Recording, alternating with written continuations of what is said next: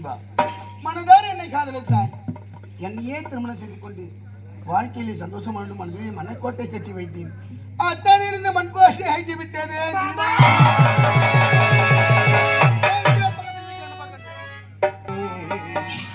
மாமா மறந்திடலாம் ஏ மாமா மறந்திடலாம்.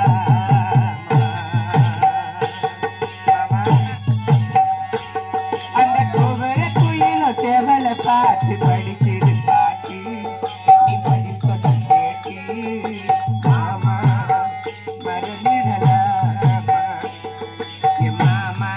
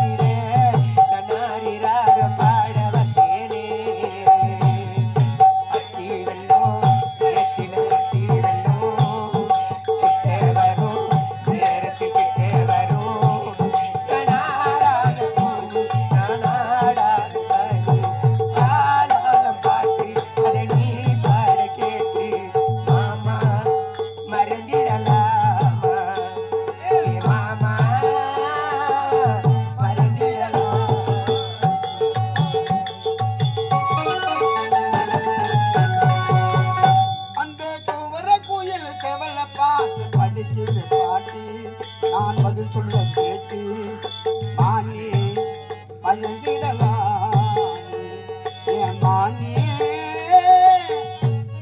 மறந்திடலாம்.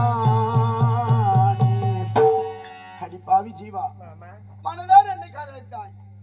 என்னையே திருமணம் செய்து கொண்டு வாழ்க்கையில சந்தோஷமா என்று மனதிலே மனக்கோட்டை கட்டி வைத்தேன். அத்தனை இருந்த மண்கோட்டை ஆகிவிட்டாயே ஜீவா. என்னுடைய வார்த்தையாலை கொன்று விட வேண்டாம் மாமா, என்னுடைய வார்த்தையாலை கொன்று விட வேண்டாம். நான் சின்னம் சிறு வயதிலிருந்து உனக்காகவே பிறந்தவன், உனக்காக வாழ்பவன். நான் ஒரு கணம் மறந்து மாற்றான நிச்சயமாக மணப்பதற்காக நான் மனசம்மதத்தோடு சொல்லவில்லை. என் நாட்டை ஆளக்கூடிய தந்தையாக இருந்தாலும் கூட என் தாய் மாமன் பேரரசர், என் தந்தை சிற்றரசர். என் கழுத்திலே ஒரு தாலி ஏறவில்லை என்றால் இந்த நாட்டு மக்களின் 1000 தாலி அறுபட்டு விடுமா? ஆகையினால் என் தந்தை இறந்து விட்ட பிறகு நான் எப்படி நான் சந்தோஷமாக வாழ முடியும்? என் தந்தையின் வறுப்புறுத்தலுக்காகவும் இந்த நாட்டு மக்களின் வாழ்க்கைக்காகவும் அந்த கேட்டு நான் திருமணம் செய்து கொள்ள ஒப்புக்கொண்டேன் மாமா. அது மட்டும் இல்லை, என் மத சம்மதத்தோடு நிச்சயமாக நான் ஒருபொழுது நான் சம்மதித்தது இல்லையும், திருமணத்திற்கு நான் சம்மதம் சொல்லவும் இல்லை. ஆனால் வருகின்ற வெள்ளிக்கிழமை திருமணம். அன்று இரவு முதலிரவு.